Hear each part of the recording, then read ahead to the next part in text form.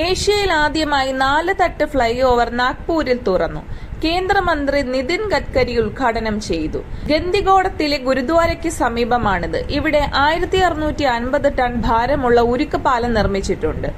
4 തലത്തിലുള്ള ഗതാഗത സംവിധാനമുള്ള രാജ്യത്തെ ആദ്യത്തെ ഘടനയാണിത്. കാന്തി മാർഗിലെ കനത്ത ഗതാഗത കുരുക്കിൽ നിന്ന് യാത്രക്കാർക്ക് ഇനി ആശ്വാസം ലഭിക്കും. കാന്തിയിൽ നിന്ന് വരുന്നവർക്കും പോകുന്നവർക്കും ഈ മേൽപ്പാലത്തിൽ നിന്ന് നേരിട്ട് യാത്ര ചെയ്യാൻ കഴിയുന്നതിനാൽ സമയവും ഇന്ധനവും ലാഭിക്കാം. മുകൾ തട്ടിൽ മെട്രോ റെയിൽ പാത, തൊട്ട് താഴെ ഫ്ലൈ ഓവർ, അതിന് താഴെ റെയിൽവേ പാത, ഏറ്റവും താഴെ റോഡ് എന്നിങ്ങനെയാണ് സംവിധാനം.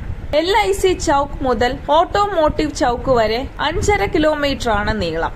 മഹാമെട്രോ, ദേശീയപാത അതോറിറ്റി എന്നിവർ ചേർന്നാണ് ഫ്ലൈ ഓവർ പണിതത്. 573 കോടിയാണ് ചിലവ്. 2019 തുടങ്ങിയതാണ് ഈ ഫ്ലൈ ഓവറിന്റെ നിർമ്മാണം.